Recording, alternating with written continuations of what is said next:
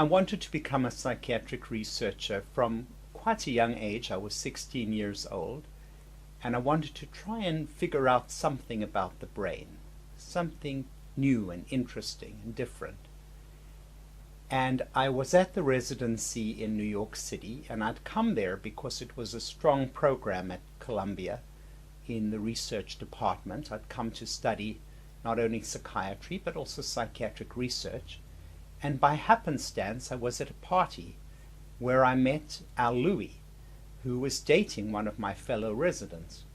And Al and I started talking, and it emerged that he and another colleague of ours, Tom Ware, had recently found that human melatonin could be suppressed by bright environmental light. Until that time, there was no real understanding that human melatonin could be suppressed by light, which is something that happens throughout the rest of the animal kingdom.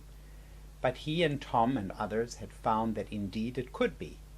And this opened up a whole vista, because the fact that melatonin could be suppressed by light meant that light could do things other than enable people to see.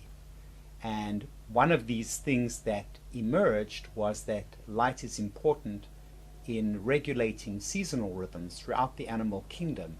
So in time the question arose, could it be possible that light could also affect seasonal rhythms in humans?